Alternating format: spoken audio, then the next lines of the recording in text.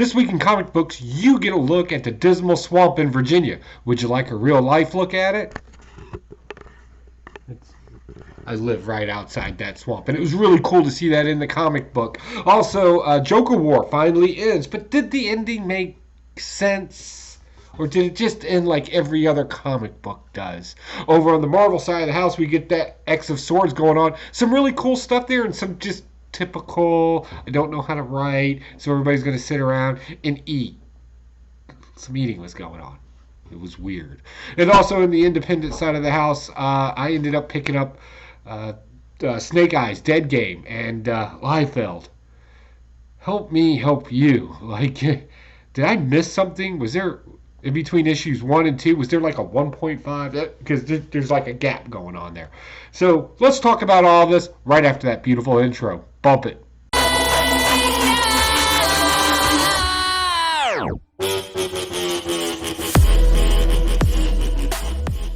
What's going on, you wonderful weirdos? I'm Pocan Joe, and as always, you're pretty cool for swinging by. If this is your first time here, basically what I do is I read a bunch of comic books, I get my hauls, read them really quick, I take a bunch of notes, and then I regurgitate a bunch of stuff back to you, and where we can debate if it was a good comic book or if it was just garbage. So without further ado, let's skidoo. I like him. He seems like a smart guy. He's a great speech maker. This week, Justice League came out. Lex Luthor was part of the whole Perpetual storyline, yada, yada, yada, right? You got all that. So now the question is can not Teen Titan, because seriously, like 3 of them were Teen Titans, and then like Detective Chimp is in there. Can they trust Lex Luthor? Well, they're like, oh, hell no, we're out. And they roll right through Starro Valley. And it's just what it sounds like, a bunch of Starros, you know, that big starfish-looking monster thing that likes to play with people's brains. It does that. And who comes and saves the day? Lex Luthor, because he has to validate himself to a bunch of wannabe superheroes. Believe me, that's a bromance in the making right there. The second-rate ones at best. Was it any good? Well, they finally took him up on the offer to kind of, roll with them as they try to go find Perpetua's tower with her throne in it that has, the Doom in it. This isn't good. Like, it's classic. Well, it's not even classic, but it's trying to be that classic 1980 storybook where the bad guy and the good team have to work together, and hopefully some lessons will be learned. But we already know how it's going to happen once he frees Doom, because he's already wants his his revenge against Perpetua, and he knows the superheroes aren't going to do that. So he's going to need the Doom characters. That's my prediction anyway. What do you think? Comment down below. The fine citizens of this nation. Moving on. American Vampire, 1976. This is good. By the way, birthday, 1976. That's great. This is actually based off of a previous comic book. This isn't necessarily new. What we find out here, a guy who used to be a vampire is no longer a vampire. He's a regular human being. He's a stunt man. We get a buddy cop team with an African American gentleman and a kind of like the lone wolf disco guy. They kill vampires. They're part of some secret organization called VMS. Apparently some beast is rising, and they need to steal something from a train, something that would effectively kill vampires better. Hear me out. And they kind of need this guy's help, and they want it's a map to the higher council, whatever that means. I'm not really up to date on the mythos of this whole thing, but basically the story itself relied that you do know the story, and if you don't really know it, then you're kind of like, okay, their characters, there's obviously some huge backstory. Apparently I got to do some homework, or we can just rely that they're characters that live in this thing, and this is the situation. In other words, it just felt right. I think that's how this should be read. So all in all, it was okay. It's all I can give a first issue. It's okay at best. Not a whole lot of action, but some, and then albino alligator. So vampires, vampire killing, and motorcycles. I'm on board. I think I'll keep reading this. Moving on, we have Deceased, Dead Planet. So yeah, this is still pretty good, but we're getting into that whole new Genesis, where the new gods live. Walking around a cool pair of Crocs. holding a can of Diet Slice. Because that's where Mr. Miracle's from. It's also apparently where he abandoned his kid. He just, after his wife died, Berta, he just kind of just said, "Here, Grandpa, congratulations, you're a grandpa." Dumped the kid and rolled out to go live some hobo life in a swamp. Okay, we'll go with it. Also, they need to get the Morpheus chair in here because this is a different universe than the regular Justice League one. It's still flying around out there. And they need to get that thing so they can sit in it to figure out the equation for the anti-life formula. Okay, so far I'm on track. But the way that they decided to do it was to trick this guy cruising around in it with a crystal ball that knows the future. You would think one of the smartest beings in the universe wouldn't rely on just knowing the future. He'd probably just give probability, right? But that's not the case here. We're going to try to trick them. And then come to find out, they didn't really have to do that. Like, they could have just been like, "Hey, dude, this is what's going on. If all knowledge is lost in the universe because everybody's dead, then you don't get your knowledge, which you ultimately search for." They just did that in the beginning. And he actually tells them that, which was, I thought that was smart. Think about that. That's some real Clint Eastwood shit right there, He's like, you didn't have to do this by nefarious ways. We could have just talked it out. We could have broed it out. Instead, you wanted to just be a douchebag. So, good story. One of my picks of the week was Swamp Thing. I like these Halloween specials. What made this happy for me, as I said in the beginning, it actually has a beginning and an end story that with the whole Dismal Swamp on the Virginia side. And that's literally... Like, you can throw a rock and hit the Dismal Swamp from here. So it was kind of, we all want to see our hometown in a comic book, and that was pretty cool. It happened. But all in all, this takes place throughout history in the different variations of Swamp Man. All the way back from, like, Julius Caesar's time and his conquerings of Britain. Lonely Islands during World War II with a Japanese soldier who just won't leave his command. What else was there? Ponce de Leon, hanging out with Ponce de Leon and his island. Various times in history. I didn't realize tonight was amateur historian night. And it was good. I liked it. It was fun. And it was a different take on Swamp Thing. I don't know why, but whenever it seems like you team Swamp Man up with something, he always comes off corny and weird. But when he has his own little solo thing on, it's a little bit more creepier. You can kind of play him as a bad guy or a good guy or that sweet in-between a lot easier than trying to fit something like Swamp Thing into a team. So this was pretty good, actually. That's right, you're doing the opposite of a heck of a job. Let's see here. All of the one everybody's been raving about this week, Batman 100. Boom, this is your 1 in 25 cover if you can go out and get it. That's the suit that he tried to make in the beginning that Joker ended up stealing and is still wearing in this one. One of my favorite lines in this one was, "I should have been the butler for Aquaman." That was so burned. So burned.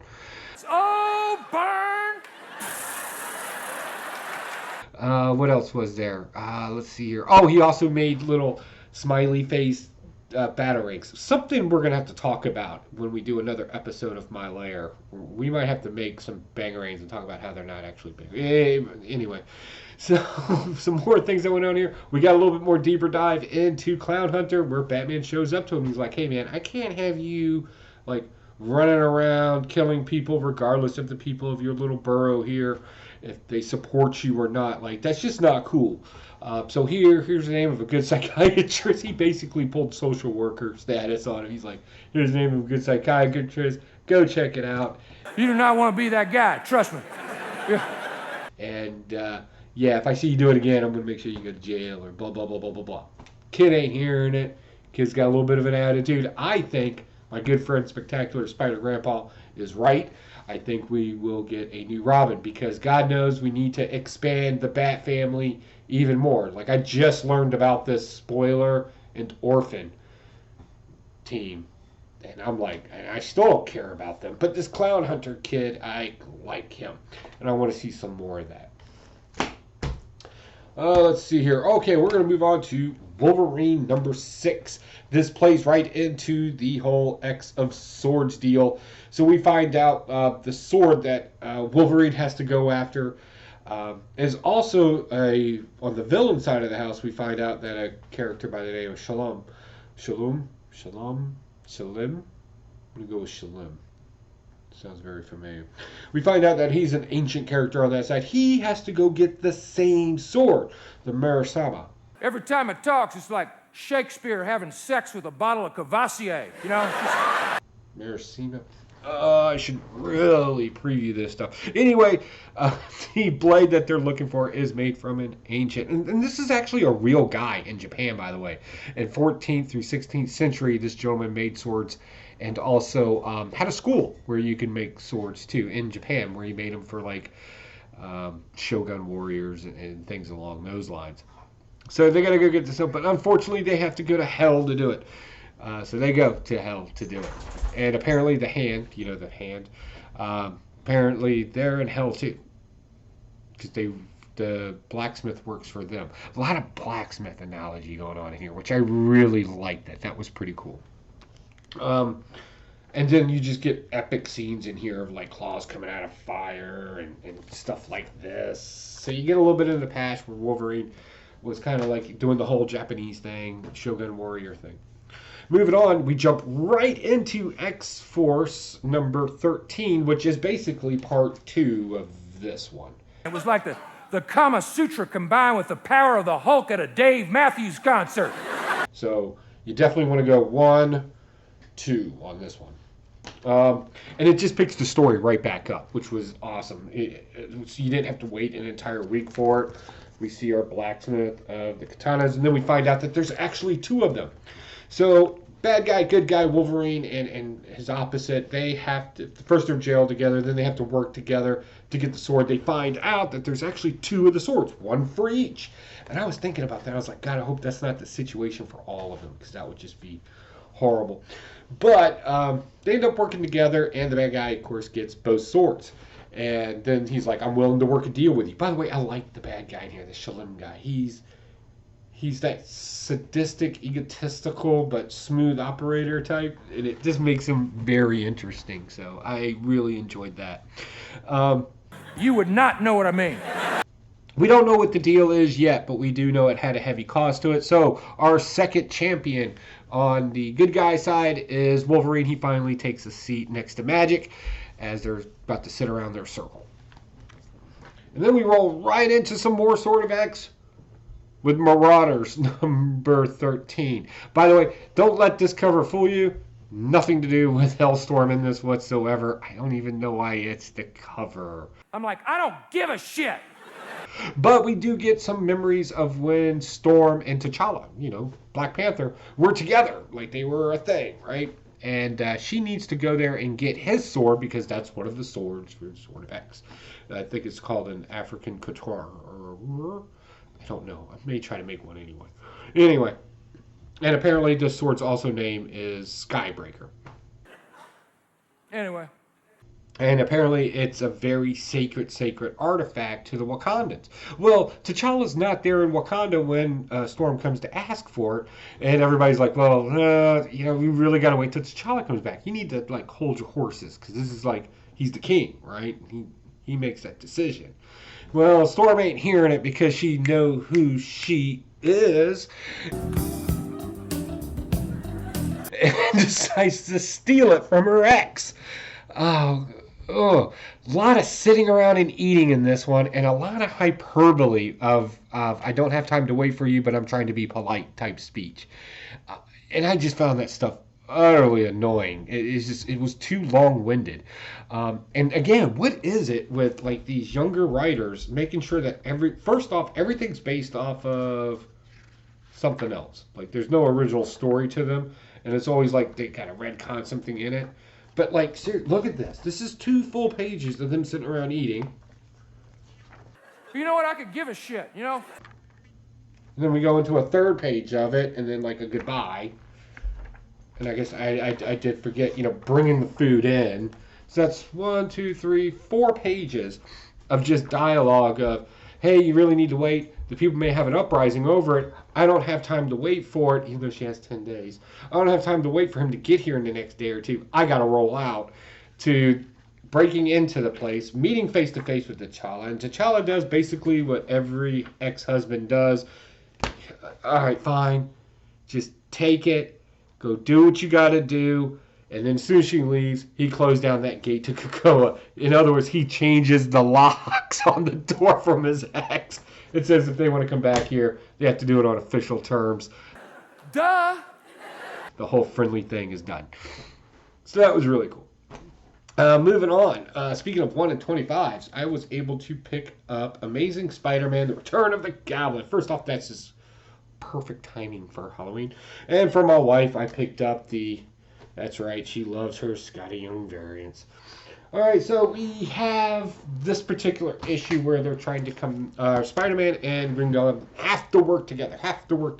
And you remember in the last issue where Teen Spider Multiverse, right, with Gwen and Miles is in there, and then some other ones that nobody cares about, are all in there. And we kind of talked about the difference between morals and ethics, and about how morals are groupthink, right? That's what we decide on as an institution, society, whatever the case may be. And ethics are what you believe to be right or wrong on your own, and in order to act on them. And I was very critical of this whole, I think they're going to try to do this thing where, the group is right. Well, I was wrong. Call you scholar of unnecessary subjects. I was wrong. Gwen, Spider-Ghost, what a clone of Stacy Gwen, whatever she wants to call herself today, totally gets the entire group to decide to help Spider-Man now or stay out of it. Mind you, while that's going on, Spider-Man and Green Goblin are basically getting it handed to them by all Sin Eater's followers. Sin Eater go downstairs and shoots Juggernaut in the face, obtaining his powers, because that's what his magical shotgun does. I never thought in my entire life I would ever say magical shotgun, but there it was. It's all a bunch of gobbledygook, man. So that happens, and he basically takes on, he gets like no neck, and his head turns into like the dome thing, and he's pretty much unstoppable, right? He takes on the power of the Juggernaut. And he's just giving it to them. Like, they're having to keep fighting them. Spider-Man wasn't totally on board with him drinking the serum, Osborn drinking the serum and turning into the Green Goblin, but that happened, and the bombs got thrown around, the little pumpkin bombs, which was great to see them again. Inevitably, there comes a point where Green Goblin has to save Spider-Man from a crushed rock, and he goes, hey, our debt's paid, right? We're back at zero, because I've always hated the fact that I owed you my life, right? That whole dialogue comes up. So here we are. Just you and me. And then immediately his demeanor and everything changes. He turns back into the villain. There's big plans in the works down in the sub-basements and everything else. Like he's coming back as a villain, which is what Teen Multiverse, teenage spider people thought in the first place. Doesn't matter, right? Ethics. Boom. And then they show up to say, hey, yeah, we decided you had it right. And I was like, it's not a big deal. Couldn't make that decision a little sooner, help you out, your boy, right? You couldn't do that. Anyway, so now they all gotta escape, because it's only the little trap they set for Sin Eater / Juggernaut. It's only gonna last a little while longer. So, of course, Norman Osborn, the Green Goblin, has a getaway boat, and he's being, extra creepy right now. There's a scene in here where he's actually sniffing Gwen's, sniffing her from behind. Not, from her butt, but, her hair. Her hair. He pulls a Joe Biden. Not to be weird, but you've seen the memes. Come on. So he actually does that, and it gets really creepy, and he's very infatuated with Spider-Gwen.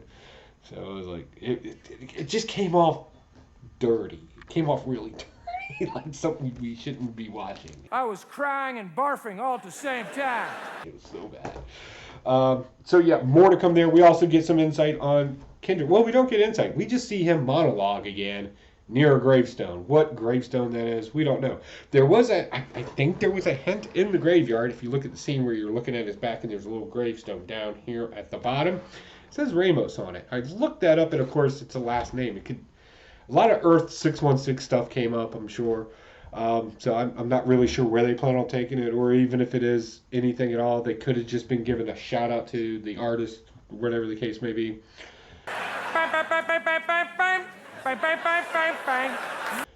Who knows? But yeah, still waiting on see who Kindred is, or if he's anybody, or if he's truly a unique character, or what. How exactly does he even know Spider-Man? He's been stalking him forever now. How many issues?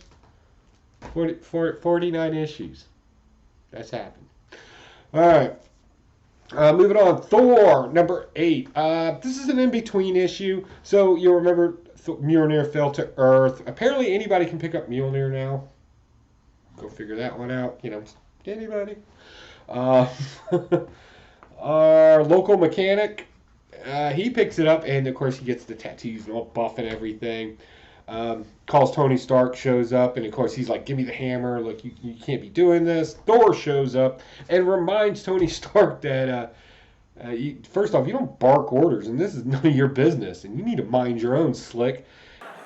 Do you hear me? I used to be a cheerleader at Yale, okay?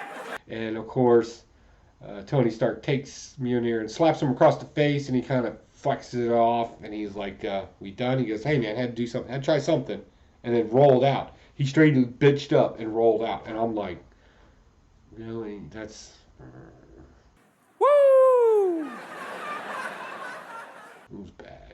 Like, that was just cheesy writing. It's just not that good.